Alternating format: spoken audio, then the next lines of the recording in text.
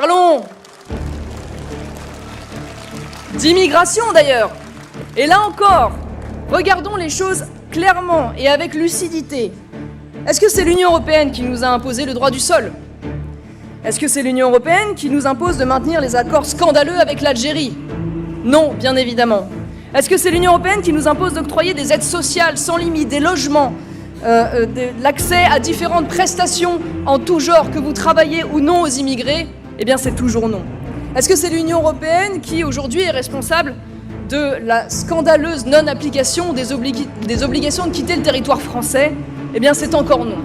En 2021, seulement 5,7% des obligations de quitter le territoire français étaient exécutées en France. La même année, imaginée en Allemagne, c'était 6 fois plus. Alors, la faiblesse face à l'immigration incontrôlée, est-ce la faute uniquement à l'Union européenne ou bien est-ce la faute avant tout à nos gouvernants nationaux ? En matière d'immigration, comme pour tout le reste, il faut refuser que nos gouvernants se cachent derrière l'Union européenne pour tenter de camoufler leur renoncement, leur lâcheté, leurs échecs et surtout leur idéologie. Nous ne laisserons pas Gérald Darmanin se cacher derrière Madame von der Leyen pour s'exonérer de ses responsabilités quand un migrant clandestin agresse, viole, tue en France, comme cela arrive malheureusement trop souvent dans notre pays. Parce qu'ils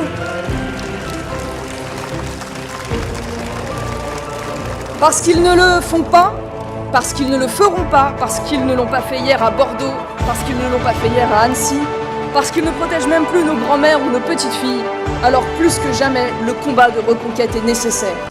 Alors plus que jamais, notre pays a besoin de votre engagement. Demain, avec les droites européennes, nous avons l'occasion historique de pouvoir construire une nouvelle majorité au Parlement européen. Nous avons l'occasion historique de pouvoir renouer avec les racines de la civilisation européenne pour faire en sorte que ce projet européen ne soit plus le simple service d'un marché ou d'une idéologie woke et islamo-gauchiste, mais au service de la civilisation de nos héros, de nos grands découvreurs, de nos saints et de tout ce qui nous unit et nous rend si fiers au sein de cette magnifique civilisation européenne.